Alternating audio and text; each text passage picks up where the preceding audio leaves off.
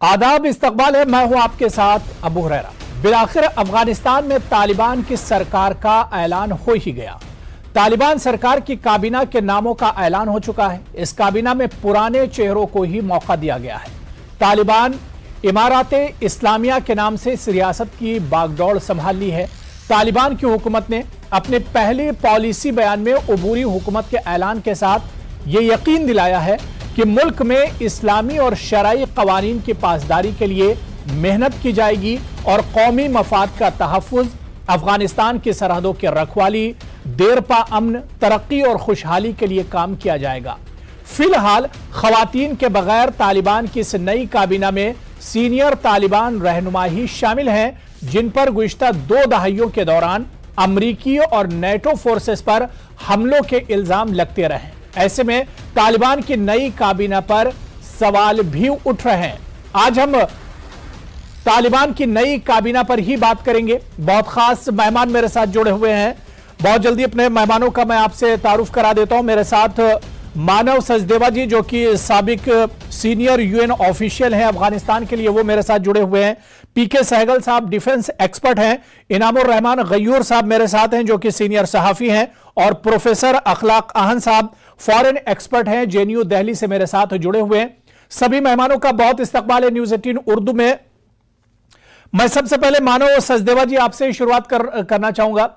मानव सचदेवा जी, कल भी हम तालिबान के इस कैबिनेट पर जो नाम सामने आए इस पर बात कर रहे थे और यही चीज निकल कर आई थी कि 2001 से पहले की जो तालिबान की सरकार थी, उस सरकार में और अब की सरकार में बहुत ज्यादा फर्क नजर नहीं आ रहा है। जी, ऐसे देखें, पहली बात तो आप देखें कि अगर वजीर आजम इतना ज़यीफ़ इन्होंने मतलब इंतखाब किया है जैसे आखुंद हैं, तो आप जाहिर है कि जो 2 दुरानी और एक तरफ गिलज़ाई हैं, वो आपस में मियान मतलब एक सुलह नहीं कर पाए हैं। तो ऊपर अखुंदज़ादा बैठे जो सुप्रीम लीडर हैं, जो अभी तक दिखे नहीं। सिर्फ एक उनकी एक स्टेटमेंट आई है।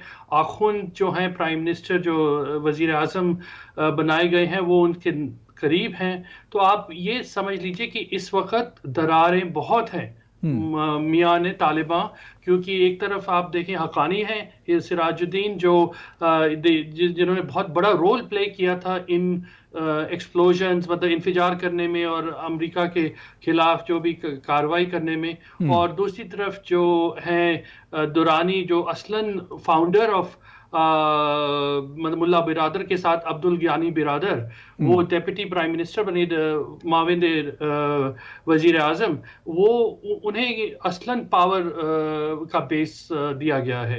तो आप ये देख लीजिए कि अब आइंदा भी इसे इंटरिम का नाम दिया गया। इसमें इतनी जल्दी आप स्टेबिलिटी नहीं ला पाएंगे। आप ये देख लीजिए कि ये जो वक्त है ये, और आप दूसरा एतमाद की देखिए, अब लोगों का एतमाद इन पे नहीं है। उन्होंने आईएसआई के चीफ हामिद को देख लिया, वो एज अ किंग मेकर वहाँ बैठे हैं सरीना होटल में, एक तरफ पंशीर की कार्रवाई चला रहे हैं, दूसरी तरफ काबीने बना रहे हैं।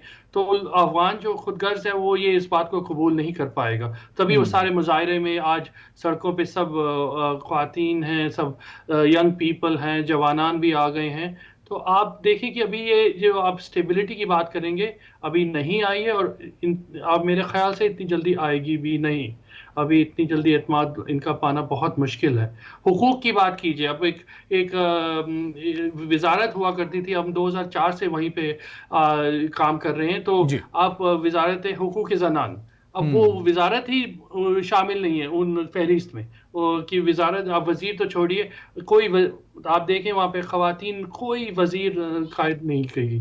तो आप मतलब समझ सकते हैं कि कोई 2.0, बल्कि 2.0 मैं ये कहूँगा कि 1.0 से ज़्यादा ख़तरनाक है, क्योंकि इनके पास प्लानिंग एबिलिटीज़ और टूल्स जो हैं वो संगीन हैं, और बहुत पाकिस्तान का सपोर्ट है पीछे to plan military strategy, to plan all these things. बिल्कुल, मैं पीके सहगल साहब आपके पास आना चाहूंगा। जो बात यहां पर सचदेवा जी ने कही कि तालिबान की जो सरकार बनी है इसके पीछे पाकिस्तान का हाथ है, जाहिर सी बात है कि आईएसआई चीफ अफगानिस्तान का दौरा करते हैं और उसके ठीक बाद तालिबान की कैबिनेट के नामों का ऐलान किया जाता है, तो कहीं ना कहीं सरकार में दिख रहा है कि पूरा हाथ इस सरकार के पीछे पाकिस्तान और आईएसआई का है। इसमें किसी प्रकार का कोई शक नहीं कि इस सरकार के पीछे पाकिस्तान और आईएसआई बहुत बड़े पैमाने पर इन्वॉल्व है और ये जो सरकार है पाकिस्तान के इशारे पे कार्रवाई करेगी। इस सरकार में जो 33 मिनिस्टर्स हैं उसमें 17 जो हैं वो इधर यूएन या यूएस सैंक्शंस लगी हुई हैं उनके ऊपर। सारे के सारे आतंकवादी हैं, कोई इंक्लूसिविटी है ही नहीं है, कोई सिविलियन नहीं है, कोई विमेन नहीं है इंक्लूड किया गया। और जो वो कह रहे थे उनके कहने और करने में जमीन आसमान का फर्क है। उन्होंने कहा था कि हमारी सरकार इंक्लूसिव होगी, हमारी सरकार जो है किसी दूसरे देश के खिलाफ कोई कार्रवाई नहीं करेगी, हम दोस्ताना रिश्ते चाहते हैं। लेकिन वास्तव में जो बर्बरता दर्शा रहे हैं वो साफ तौर पर नजर आता है कि वो केवल कहने के लिए हैं। वो चाहते हैं कि दुनिया उनको मान्यता दे जो उनको आसानी से नहीं मिलने वाली। मान्यता अभी तक सवाए मेरे ख्याल पाकिस्तान के और चाइना कंडीशनल मान्यता दे रहा है, बाकी किसी देश ने मान्यता नहीं दी, इंक्लूडिंग द मुस्लिम कंट्रीज ने मान्यता नहीं दी। वहां का अवाम जो है इस सरकार को एक्सेप्ट नहीं कर रहा। बहुत बड़े पैमाने पर काबुल में और बड़े शहरों में रेजिस्टेंस शुरू हो गया है। और अगर आप अपनी अवाम को साथ नहीं ले जा सकोगे तो मुझे नहीं लगता ये सरकार ज्यादा देर तक टिक सकेगी। आप देखो आज ही काबुल में और बाकी जगह में हेरात वगैरह में बड़े पैमाने पर जुल्म ढाए गए हैं जर्नलिस्ट के ऊपर। जर्नलिस्ट को कोड़ों से मारा गया है, उनको किडनैप किया गया है और उनको काफी से ज्यादा परेशान किया गया है, टॉर्चर किया गया है ताकि वो वही दर्शाएं जो तालिबान चाहता है।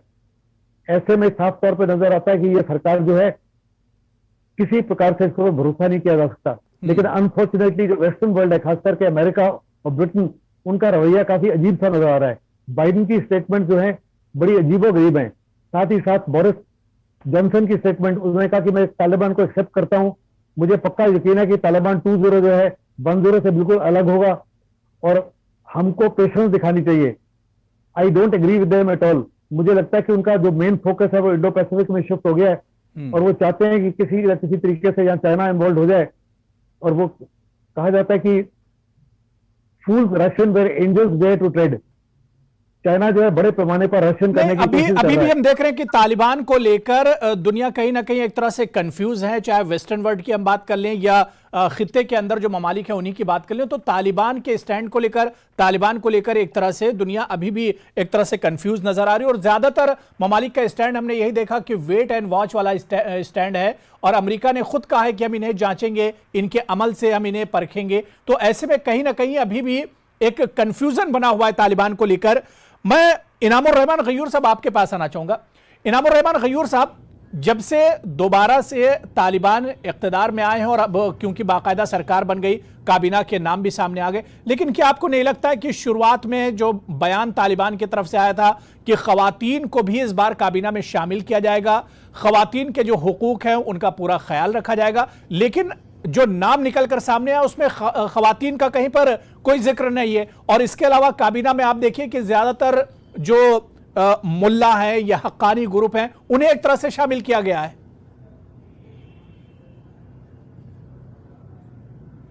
जी बहुत वाजबी फियर्स हैं आपके कि पहले उनकी कई भी बात की मुनासिबत से जो है नई कैबिना जो बनी है उसके अंदर खवातीन को रिप्रेजेंटेशन नहीं मिला। यानी जिस तरह की इंक्लूसिव गवर्नमेंट बनाने की बात किए थे वो लोग, वैसा नहीं हो पा रहा है। लेकिन देखिए बहुत सारे मसाइल हैं अफगानिस्तान के लोगों के अपने।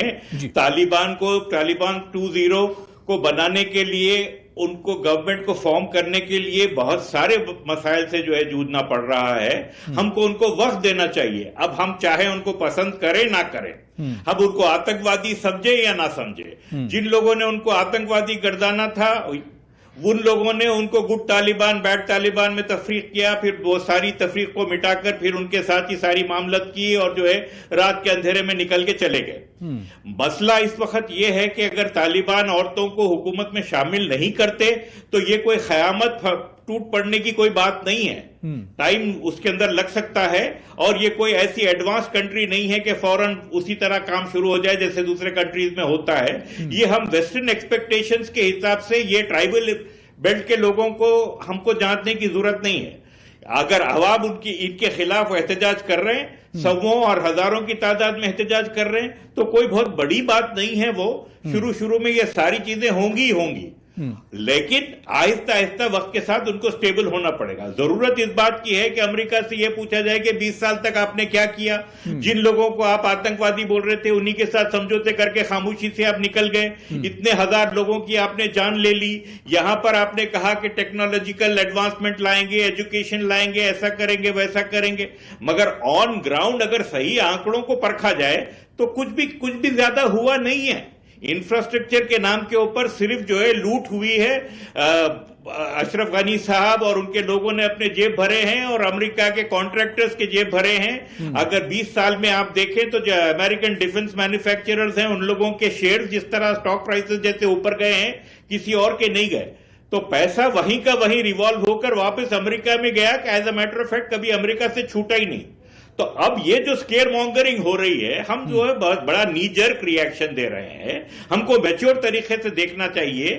तालिबान अपनी जगह होंगे, अफगानिस्तान को उन्होंने आजाद करा अभी लिया एक तरह होगा से शुरुआत है, इन्हें वक्त दिया जाए, लेकिन ऐसा नहीं है कि वो तालिबान की जो दूसरा जो दोबारा से ये दौर शुरू हुआ है तालिबान का, इन्हें अभी वक्त दरकार रहेगा, इन्हें अभी वक्त देना चाहिए। इन्हें वक्त देकर इन्हें परखा जाए कि किस तरह से अब ये आगे पेशकदमी करेंगे, किस तरह से आगे इनकी कार्रवाई रहेगी, किस तरह से इनके आगे सरकार चलेगी। मैं प्रोफेसर अखलाक आहन साहब आपके पास आना चाहूंगा। अखलाक आहन साहब, चौकस रहना चाहिए जरूर। बिल्कुल अखलाक आहन साहब, क्योंकि इस काबीना पर इस वजह से भी सवाल उठ रहे हैं कि इसमें कई नाम ऐसे हैं जो ब्लैक लिस्टेड हैं और इसके अलावा कई चेहरे ऐसे हैं जो ग्वांतनामो, जो बदनामे जमाना एक जेल रहा है, वहां पर भी ये लोग रह चुके हैं। इसमें कई चेहरे ऐसे शामिल हैं, इस वजह से भी इस काबीना के चेहरों पर और नामों पर सवाल उठ रहे हैं। देखिए, ये अब एक पुरानी बात हो गई, ठीक है। ये जाहिर है ये सारी चीजें जब जो उनके रियल राइवल थे अमेरिकन, जिनके साथ उनकी पूरी पिछले 20 साल में लड़ाई होती रही, उन्होंने इन सब चीज़ों से एक तरह से गुजर के या उसको इग्नोर करके उनके साथ डील किया और वहाँ से एग्जिट करने के लिए खुद उन्होंने अपनी जो सपोर्टेड सरकार थी उसके साथ ना करके तालिबान के साथ किया है। तो अब इन सब बातों में जाने का वो नहीं है, क्योंकि जब आप उनको रिकॉग्नाइज एक तरह से कर लिया और उनके साथ डील कर लिया, तो अब जो है आगे बढ़ने का है। और एक चीज जो बार बार ये बात आ रही है कि वो इंक्लूसिव नहीं है या जैसा भी है, एक चीज तो ये है कि जो बात कह रहे हैं कि उनके यहाँ नाइत्तेफाकी है, वो मुझे नहीं दिखाई देता। इसकी वजह ये है कि जो पिछले 30 साल 25 साल में जो उनकी लीडरशिप है, वही हायरार्की इनकी मिनिस्ट्री में भी दिखाई देती है कि हिब्बतुल्लाह जो है वो अमीर हैं और हसन आखुनज़ादा जो पहले भी शूरा के शुरू से ही शूरा के इनके हेड थे, उन्हीं को उन्होंने वजीर आज़म बनाया है, वजीर रईसुल वज़रा बनाया है और ये सारी चीज़ें हैं। तो ये एक और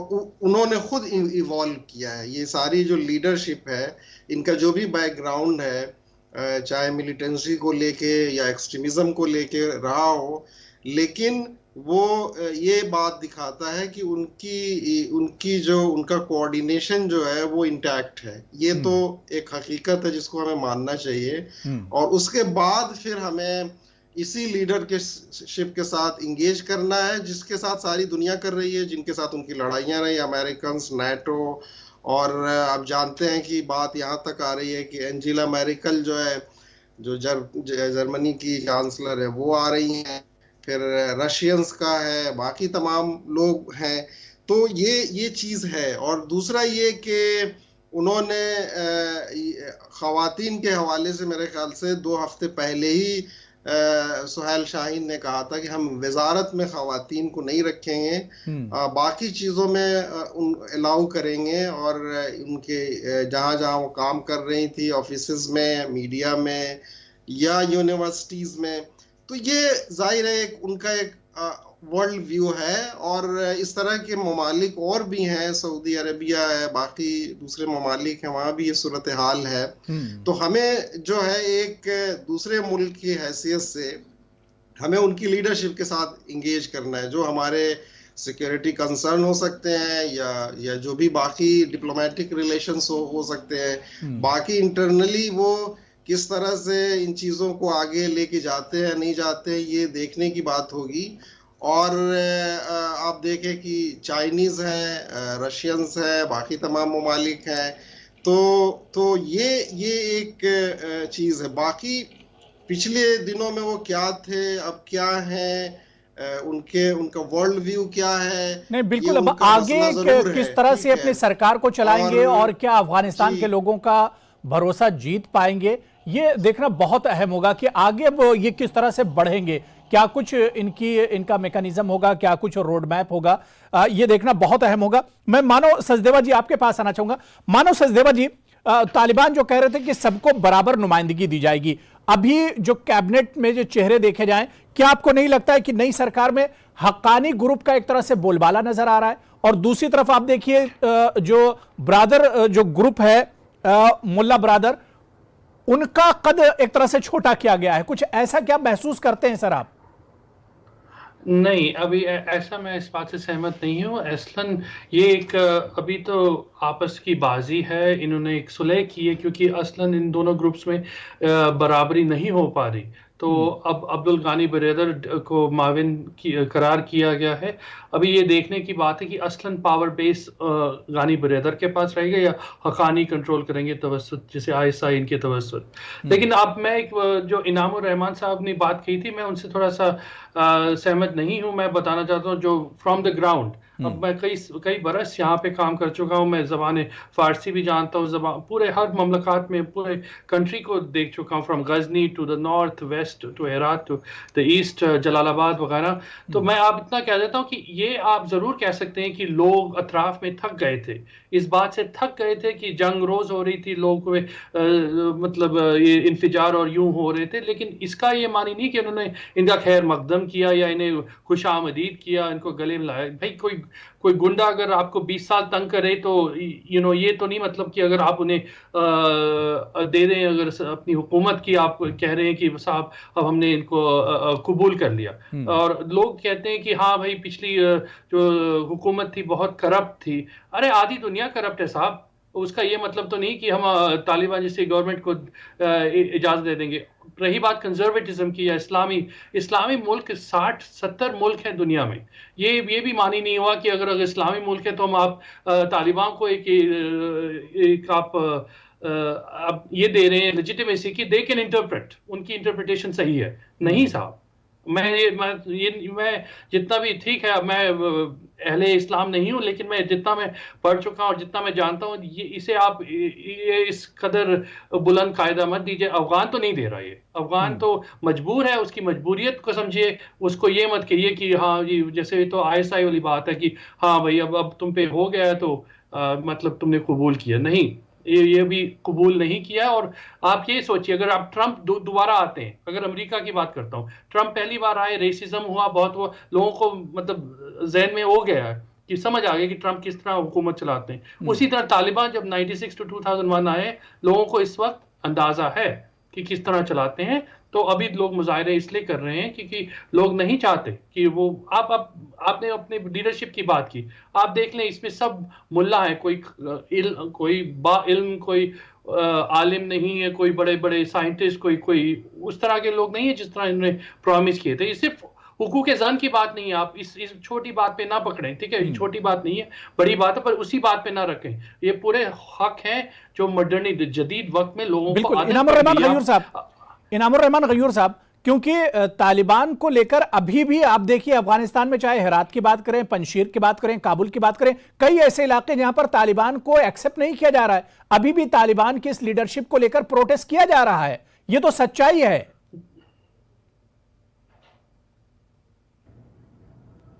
20 साल अमेरिका की हुकूमत रही है अफगानिस्तान के अंदर और इंतहाई नाजायज किस्म की हुकूमत थी। अमेरिका ने जो सो कॉल्ड डेमोक्रेसी बनाई अफगानिस्तान के अंदर, वो 2004 में बनाई इलेक्शन होने के बाद। उससे पहले का जो कारजाई साहब को जब लाके वो बिठाया गया, तो ऐसा नहीं था कि वो बड़े डेमोक्रेटिक चॉइस थे। हाँ, वो वर्ल्ड बैंक, IMF इस तरह के लोगों के चॉइस थे और लोगों की जो बड़ी पावर्स हैं उनके इंटरेस्ट ग्रुप को सर्व करते थे। ये सब कुछ हुआ, मगर जैसे कि आहन साहब ने कहा कि ये सारी बातें पुरानी हो चुकी, रह गई मुल्ला है या जो है वो उनका अपना मसला है, उस मसले को निपटने के लिए उनको वक्त देना चाहिए। रह गई ये बात कि शरई तौर पर वो अभी उनकी शरह जो है किसी तरह से स्पेल आउट हुई नहीं है। ये इमारत शरिया अगर बना रहे हैं तो उसका ये मतलब कहीं से भी नहीं होगा कि बंदूक उठा के कहीं भी घुस जाएंगे, चाहे वो ईरान में ही हो या चाहे पाकिस्तान में ही हो या कहीं, जहां भी जाएंगे जूते खाएंगे, मार खाएंगे, सारी दुनिया थू थू करेगी। तो उन पे ऐसा कुछ भी होने वाला नहीं है। लेकिन ये जरूर है कि हमको ऑप्टिमिस्टिक रहना चाहिए। और जब यूरोपियन पावर्स, एंजेला मर्केल की बात की गई, अभी पुतिन साहब का अपना जो है रुख दिख रहा है ब्रिटिश, नहीं बिल्कुल आने वाले दिनों में देखना बहुत अहम होगा कि कॉल ऑफ फेल में दोनों में किस तरह से खरे उतरते हैं तालिबान, ये देखना बहुत अहम होगा। मैं पीके सहगल जी, वक्त की बहुत कमी है, पीके सहगल साहब क्या आपको लग रहा है, पिछले डिबेट में भी मैंने आपसे ये सवाल किया था कि तालिबान अफगानिस्तान में आए तो हिंदुस्तान को अलर्ट रहना होगा, लेकिन अब जिस तरह का कैबिनेट बना है, जिस तरह की सरकार तालिबान की बनी है, जो चेहरे शामिल हैं इस सरकार में, ऐसे में हिंदुस्तान को बहुत मोहतात रहने की, बहुत अलर्ट रहने की जरूरत है। इसमें किसी प्रकार का कोई शक नहीं। आप देखो प्रधानमंत्री के नीचे बार बार मीटिंग हो रही है जिसमें सिक्योरिटी इन्वॉल्व है। हम हर प्रकार से चौकन्ने, हमारी इंटेलिजेंस कंप्लीटली अलर्ट है, हमारी सर्विलेंस सिस्टम पूरे अलर्ट है, फौज पूरी अलर्ट है। हमने सिक्योरिटी ग्रिड को और इम्प्रूव कर दिया है, कुछ और फोर्सेस को एरिया में तैनात कर दिया है और बड़ी कड़ी नजर रखी जा रही है। इसके बावजूद कि तालिबान एश्योरेंस दे रहा है हिंदुस्तान को कि हम अपनी सरजमी को इस्तेमाल नहीं करने देंगे आपके साथ में, लेकिन साथ साथ ये भी कहते हैं कि हमारा हक बनता है कि हम कश्मीर के बारे में बातचीत करें। इसलिए साफ तौर पर नजर आता है कि देयर इज ऑल पॉसिबिलिटी की बड़े पैमाने पर वो कुछ गड़बड़ी कर सकते हैं। इसको निगाह में रखते हुए हमको हर प्रकार से चौकन्ना रहना है और हम हर प्रकार से सक्षम है। लीडरशिप स्ट्रांग है, आर्मी बड़ी स्ट्रांग है। 2001 में जो आर्मी थी और अभी की जो आर्मी है उसमें जमीन आसमान का फर्क है। बिल्कुल, हमने जो कर दिखाया है बालाकोट में और पूरी सर्जिकल स्ट्राइक के बाद, उसमें साफ तौर पे पाकिस्तान को पता लग गया है कि हिंदुस्तान की जीरो टॉलरेंस पॉलिसी है, उसमें किसी प्रकार से कोई तब्दीली नहीं है। और हम नहीं, बिल्कुल जाहिर सी बात है कि अब खित्ते में भी हालात पर असरात नुमाया होंगे और अब तालिबान की नई सरकार आ गई है। तालिबान किस तरह से अफगानिस्तान के अवाम का भरोसा जीतते हैं और जो बातें बार बार कह रहे हैं, चाहे वो अफगानिस्तान में डेवलपमेंट और तरक्की को लेकर हो, खवातीन के तहफ़्फ़ुज़ को लेकर हो, सिक्योरिटी को लेकर हो, इन पर किस तरह से काबू पाएंगे, किस तरह से लोगों का भरोसा जीतेंगे, ये आने वाले दिनों में देखना बहुत अहम होगा। बड़ी अच्छी बातचीत चल रही थी, हम तो चाहते थे कि और बातचीत होती, लेकिन वक्त की कमी है। बहुत बहुत शुक्रिया पीके सहगल जी मेरे साथ जुड़ने के लिए। मानव सचदेवा जी आपका भी बहुत बहुत शुक्रिया। इनामुर रहमान गयूर साहब, प्रोफेसर अखलाक आहन साहब, सभी का बहुत बहुत शुक्रिया डिबेट में जुड़ने के लिए। आदाब।